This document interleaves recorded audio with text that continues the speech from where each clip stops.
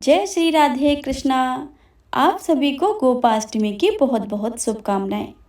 गोपा अष्टमी का व्रत कार्तिक शुक्ल पक्ष अष्टमी तिथि को गोपा अष्टमी के रूप में मनाया जाता है।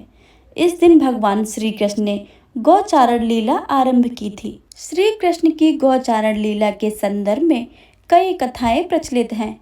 आप सभी श्रोताओं को आज हम सुनाएंगे गौचारण लीला की 3 पौराणिक कथाएं। तो आप सभी से अनुरोध है कि इन कथाओं को पूरे प्रेम भाव भक्ति भाव से पूरा अवश्य सुने और कमेंट बॉक्स में भगवान श्री कृष्ण की जय लिखना बिल्कुल भी मत भूलिएगा। तो प्रेम से बोलिए श्री कृष्ण भगवान की जय, राधा रानी की जय। गौचारण की पहली कथा के अनुसार भगवान ने जब छठे वर्ष की आयु में प्रवेश किया तब एक दिन भगवान माता यशोदा से बोले, मैया अब हम बड़े हो गए हैं। मैया यशोदा बोली, अच्छा लल्ला, अब तुम बड़े हो गए हो तो बताओ क्या करें। भगवान ने कहा, अब हम बछड़े चराने नहीं जाएंगे, अब हम गाय चराएंगे। मैया ने कहा, ठीक है, बाबा से पूछ लेना। मैया के इतने कहते ही छठ से भगवान नंद बाबा से पूछने गए। बाबा ने कहा, लल्ला अभी तुम बहुत छोटे हो, अभी तुम बछड़े ही चराओ। भगवान ने कहा, बाबा अब मैं बछड़े नहीं चराऊंगा, गाय चराऊंगा। जब भगवान नहीं माने तब बाबा बोले, ठीक है लाल, तुम पंडित जी को बुला लाओ, गौचारण का मुहूर्त देखकर बता देंगे। बाबा की बात सुनकर भगवान झट से पंडित जी के पास पहुंचे और बोले कि पंडित जी, आपको बाबा ने बुलाया है, गौचारण का मुहूर्त देखना है। आप आज का ही मुहूर्त बता देना, आपको बहुत सारा माखन दूंगा। पंडित जी ने नंद बाबा के पास पहुंचे और बार बार पंचांग देखकर गणना करने लगे। तब नंद बाबा ने पूछा, पंडित जी क्या बात है, आप बार बार क्यों गिन रहे हैं। पंडित जी बोले, क्या बताएं नंद जी, केवल आज का ही मुहूर्त निकल रहा है, इसके बाद तो 1 वर्ष तक कोई मुहूर्त ही नहीं है। पंडित जी की बातें सुनकर नंद बाबा ने भगवान के गौचारण की स्वीकृति दे दी। उसी दिन भगवान ने गौचारण आरंभ किया और शुभ तिथि में कार्तिक मास में शुक्ल पक्ष अष्टमी भगवान के गौचारण आरंभ करने के कारण यह तिथि गोपाष्टमी कहलाई। माता यशोदा ने अपने लल्ला के श्रृंगार किया और जैसे ही पैरों में जूतियां पहनाने लगी तो लल्ला ने मना कर दिया और बोले, मैया यदि मेरे गौ जूतियों ने नहीं पहनती हैं तो मैं भी कैसे पहन सकता हूँ। यदि पहना सकती हो तो उन सभी को भी जूतियां पहना दो। और भगवान जब तक वृंदावन में रहे भगवान ने कभी पैरों में जूतियां नहीं पहनी। आगे आगे गाय और उनके पीछे पीछे बांसुरी बजाते भगवान उनके पीछे बलराम और श्री कृष्ण यश को ज्ञान करते हुए ग्वाल बाल इस प्रकार से विहार करते हुए भगवान ने उस वन में प्रवेश किया। तब से भगवान गौचारण लीला का आरंभ हुआ। जब भगवान गौ चराते हुए वृंदावन जाते तब उनके चरणों से वृंदावन की भूमि अत्यंत पावन हो जाती। वह वन गौओं के लिए हरी भरी घास से युक्त एवं रंग बिरंगे पुष्पों का खान बन गया था। प्रेम से बोले श्री कृष्ण भगवान की जय, गौरी पुत्र गणेश की जय।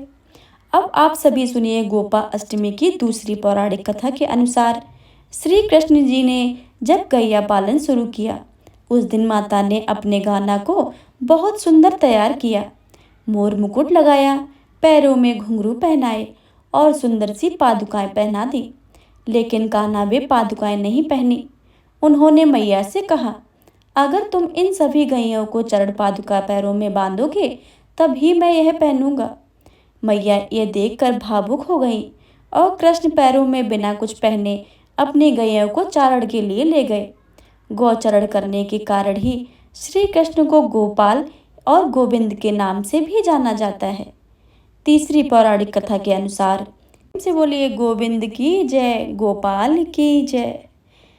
ऐसा माना जाता है कि भगवान इंद्र अपने अहंकार के कारण वृंदावन के सभी लोगों को अपनी शक्ति का प्रदर्शन करना चाहते थे, इसलिए उन्होंने ब्रज के पूरे क्षेत्र में बाढ़ लाने का फैसला किया ताकि कई लोग उनके सामने झुक जाएं और इसलिए वह 7 दिन तक बारिश हुई। भगवान श्री कृष्ण को एहसास हुआ कि क्षेत्र और लोग खतरे में हैं, अतः उन्हें बचाने के लिए उन्होंने सभी प्राणियों को आश्रय देने के लिए गोवर्धन पर्वत को अपनी छोटी उंगली पर उठा लिया। 8वें दिन भगवान इंद्र को अपनी गलती का एहसास हुआ और बारिश बंद हो गई। उन्होंने भगवान श्री कृष्ण से क्षमा मांगी। भगवान इंद्र और भगवान श्री कृष्ण पर सुरभि गाय ने दूध की वर्षा और भगवान श्री कृष्ण को गोविंद घोषित कर दिया, जिसका मतलब है गायों का भगवान। यह 8वां दिन ही था जिसे गोपा अष्टमी कहा जाता है। यह विशेष दिन गोपा अष्टमी के रूप में मनाया जाने लगा है। प्रिय श्रोताओं, तो यह थी गोपा अष्टमी के संदर्भ में पौराणिक कथाएं। अब आप पूजा विधि के बारे में और महत्व के बारे में जान लीजिए। गोपा अष्टमी एक महत्वपूर्ण हिंदू त्योहार है जो भगवान कृष्ण के गौपालन और लीलाओं की याद दिलाता है।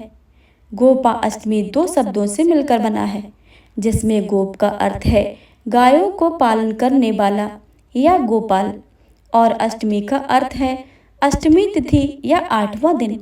इसे गौपालन की अष्टमी या गोपाल की अष्टमी भी कहा सकते हैं। यह त्योहार गायों की पूजा प्रार्थना करने के लिए समर्पित है। हिंदू संस्कृति में गायों को गौ माता के रूप में कहा जाता है और उनकी देवी की तरह पूजा की जाती है। बछड़ों और गायों की पूजा और प्रार्थनाएं ऐसा करना अनुष्ठान गौत्सव द्वादशी के त्योहार के ही समान है, जो कि महाराष्ट्र राज्य में मनाया जाता है। तो आइए चलिए जानते हैं कि गोपाष्टमी के पर्व पर इस साल यानी 2024 में कब मनाई जा रही है।